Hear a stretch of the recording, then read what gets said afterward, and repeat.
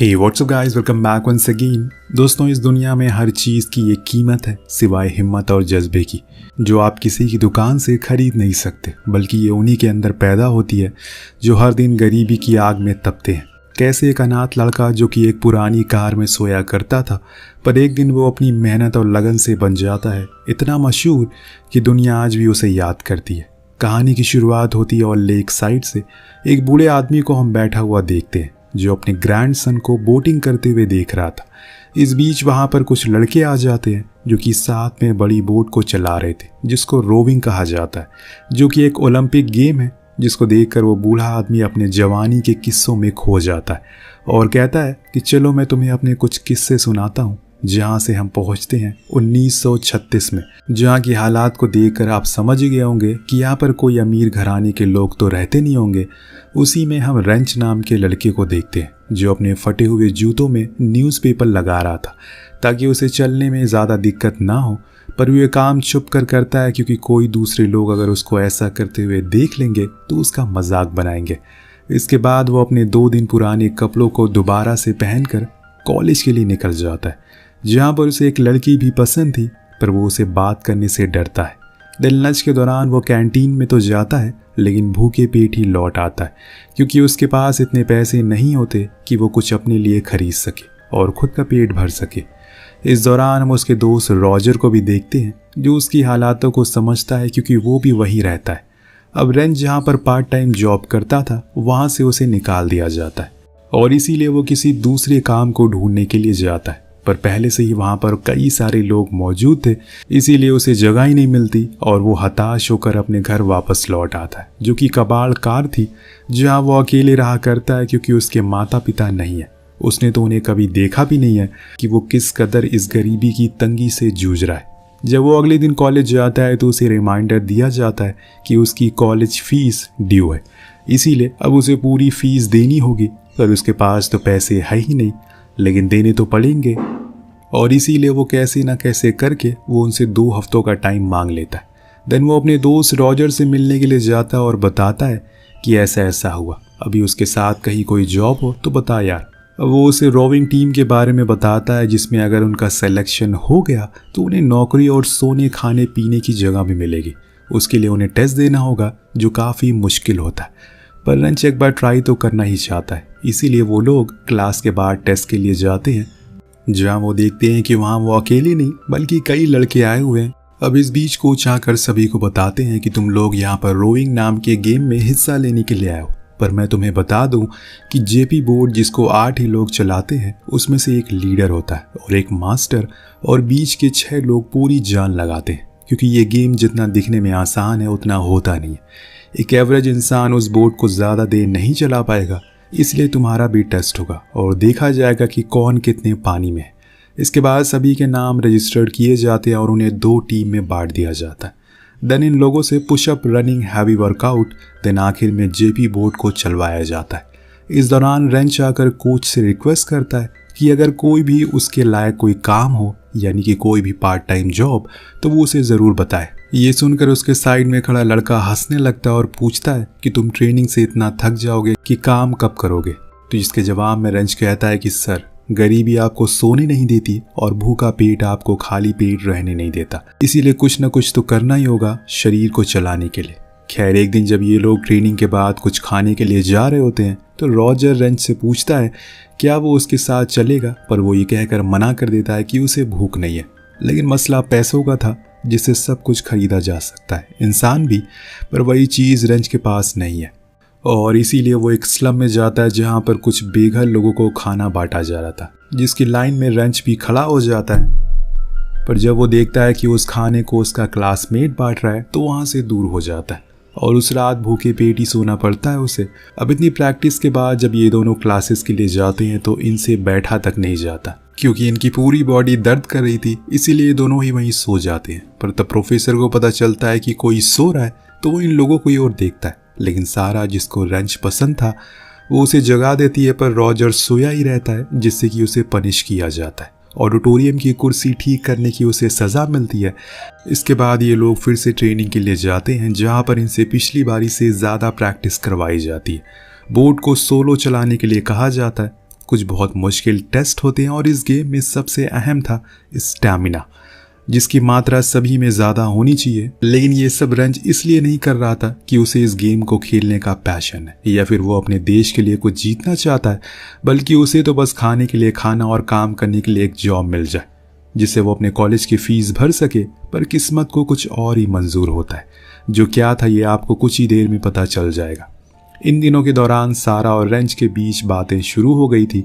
वो दोनों एक दूसरे में इंटरेस्ट दिखाने लगते हैं, पर अभी रेंज का फोकस 8 लोगों की सिलेक्शन पर था जिसके लिए वो पूरी जान लगा देता है। देन फाइनली वो दिन आ जाता है जिसका सभी को इंतज़ार था, यानी कि सिलेक्शन का दिन। सभी को इकट्ठा किया जाता और बारी बारी करके उन लोगों का नाम लिया जाता है, जिसमें रेंच और रॉजर का भी नाम लिया जाता है।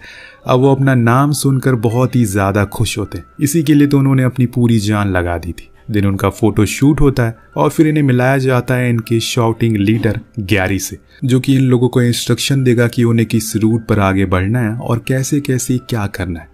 वो रात वो 8 लोग काफ़ी एंजॉय करते हैं, पर रेंच सारा से मिलने के लिए जाता है। दोनों बोर्ड पर होते हैं जहाँ रेंच उसे आज पूरे दिन क्या हुआ सब कुछ बताता है, जिसको सारा इत्मीनान से बहुत सुनती है। और कुछ इस तरह से इनकी कहानी उस बोट की स्पीड की तरह धीरे धीरे सही लेकिन रफ्तार पकड़ने लगती है।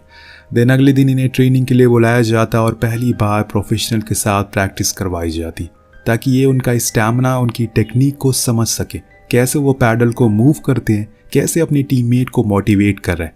सब कुछ इन्हें ध्यान में रखना पड़ेगा। अब एक दिन घर जाने के बजाय रेंच उस जगह पर पहुंच जाता है जहां इनकी बोट को रिपेयर और बनाया जाता है। वहां वो बड़े ही गौर से उस बोट को देखने लगता है। तभी एरन नाम का एक बूढ़ा आदमी वहां आता है जिसका यही काम था। वो उसे देखकर हैरान था क्योंकि कोई भी लड़का यहाँ नहीं आता, क्योंकि उन्हें नॉर्मली इंटरेस्ट नहीं होता इन सब चीज़ों में। पर रेंच अलग था। वो उनसे काफ़ी बातें करता है, जिसे सुनकर वो कहता है कि तुम्हारा जब भी मन करे तुम यहाँ आ जाना।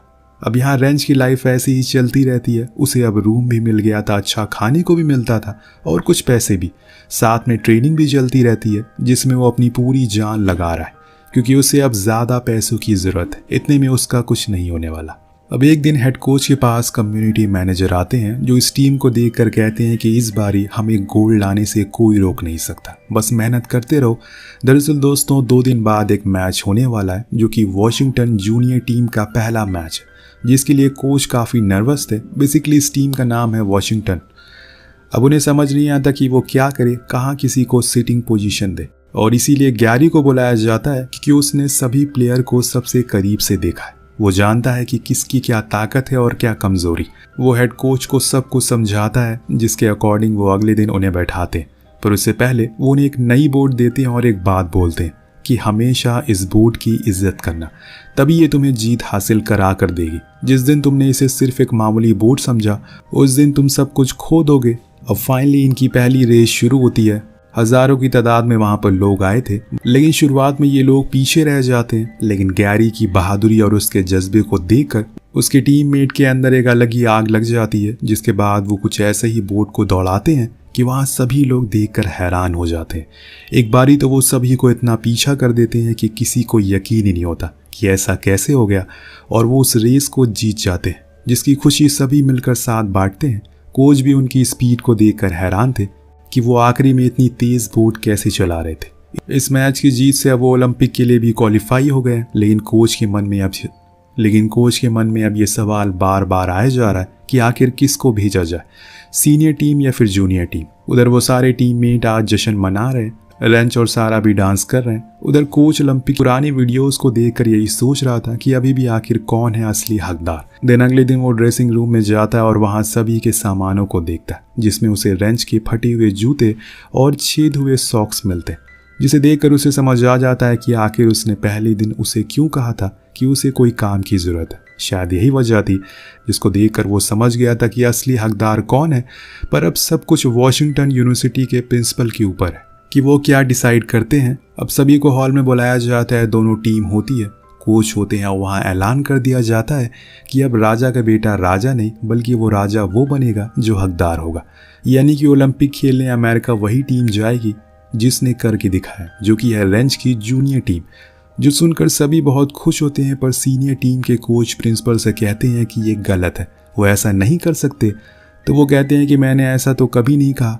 जो सीनियर है उसे ही बस मौका मिलना चाहिए, तुम साबित करो, अगले ओलंपिक में तुम चले जाओ, सिंपल। इसके बाद हम सारा और रेंच को बातें करते हुए देखते हैं। इतने में रेंच को बाहर उसके पिता रिक्शा खींचते हुए नजर आते हैं। जी हाँ दोस्तों, उसके पिता जिन्होंने उसकी माँ की मौत के बाद उसे अकेला छोड़ दिया और अपनी दूसरी बीवी के साथ रहने लग गए। तब वो मात्र 10 साल का था और आज वो उसे कहते हैं कि मैंने तुम्हारी फोटो सुबह अखबार में देखी, मुझे काफ़ी अच्छा लगा, पर मुझे और खुशी होगी जब तुम गोल्ड लेकर आओगे। ये बोलकर वो वहाँ से चले जाते हैं। लेकिन उसके बाद से ही रेंच काफ़ी बदल जाता है। न जाने कौन सी बात होती है जो उसे हर समय अंदर से खाए जा रही थी। सभी को ओलंपिक के लिए रवाना होते हैं, जिसके लिए वो ट्रेन में बैठ जाते हैं, पर उसी रात रेंच ही अपने साथी के साथ झड़प हो जाती है। इसके चलते सभी उसे अलग करते हैं और वो दूर जाकर एक कोने में चुपचाप बैठ जाता है। इसके बाद भी उसका मन प्रैक्टिस में नहीं लगता, जिस चक्कर में वो लोग बहुत ही बुरा परफॉर्म करते हैं। इस बात का दोष भी रेंच और ऊपर डाल देता है, लेकिन कोच को पता था कि गलती किसकी है, इसीलिए वो रेंच की सीट पर एक एक्स्ट्रा प्लेयर को बैठा देते हैं और उसे जाने को कहते हैं। पर उसी रात कोच देखती हैं कि वो अपना बैग पैक कर रहा है, जो देखकर वो एरन को बुलाते हैं, जो उसे अपने साथ लेकर जाता है और पूछता है कि आखिर बात क्या है, उसे क्या हुआ है। तो रेंच कहता है कि उसे अपने पिता पर बहुत गुस्सा आ रहा है, आखिर उन्होंने मेरे साथ ऐसा क्यों किया, क्या मैं उन्हें कभी पसंद नहीं आया। तो एरन उसे समझाता है कि हमारी ज़िंदगी भी बोट जैसी होती है, जिसे हमें खुद ही चलाना पड़ता है, बस फ़र्क इतना है कि कोई इसे जल्दी चलाकर आगे निकल जाता है और कोई वहीं का वहीं अटका रह जाता है, जिसका नतीजा ये होता है कि बोट में पानी भरने लगता है और वो डूब जाती है। रेंच उनकी बात समझ गया था, इसीलिए अगले दिन जाकर कोच से माफ़ी मांग लेता है। जिसके बाद हम क्वालिफायर मैच को देखते हैं।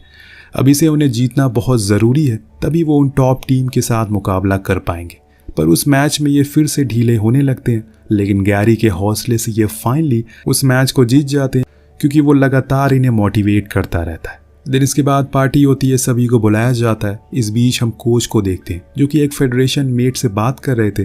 दरअसल इन लोगों को बर्लिन जाने के लिए, जहां पर फाइनल हो रहा है, वहां के लिए इन्हें $5500 देने होंगे, जो कि ये कहानी उस समय की है जब जर्मनी पर हिटलर का राज हुआ करता था। वो नहीं चाहता कि यूएसए की टीम किसी भी हाल पर यहाँ पर आए, इसीलिए उसने ये रूल लगा दिया, जिसके बारे में सभी लोग बात करते हैं और फिर उन्हें एक आइडिया आता है। अगर ये बात वो न्यूज़पेपर में छपवा दे तो क्या पता लोग उनकी मदद करें। जब ये खबर वॉशिंगटन के लोगों को पता चलती है कि उनकी टीम का मुकाबला जर्मनी से है, तो यही सही मौका है दुनिया को दिखाने का कि वो किसी से नहीं डरते, जिसके चलते सभी लोग पैसे डोनेट करते हैं, जिसमें रेंच के डैड भी हिस्सा लेते हैं। देन वो लोग इन पैसों को इनके पास पहुंचा देते हैं, लेकिन अभी भी उन पैसों में $300 कम पड़ रहे थे, जिसे पूरा करने के लिए वहां पर आज हारी हुई टीम का कोच आता है, जो अपने पास से $300 देता है और कहता है कि जब तुम जीत जाना तो मुझे ये लौटा देना, लेकिन अभी तुम्हारी टीम ये मैच जीतना डिजर्व करती है।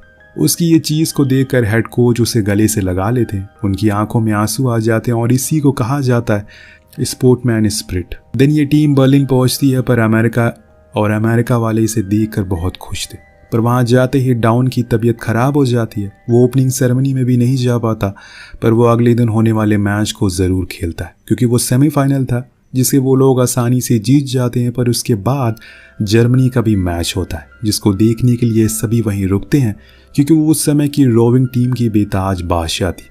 पिछले 4 ओलंपिक गोल्ड मेडलिस्ट थे, जिसकी वजह से वो कुछ ही चंद सेकंड में इस गेम को जीत जाते और उन 6 टीम मेट में अपनी जगह फाइनल में बना लेते हैं। इसका मतलब जर्मनी सबसे स्ट्रॉन्ग टीम है।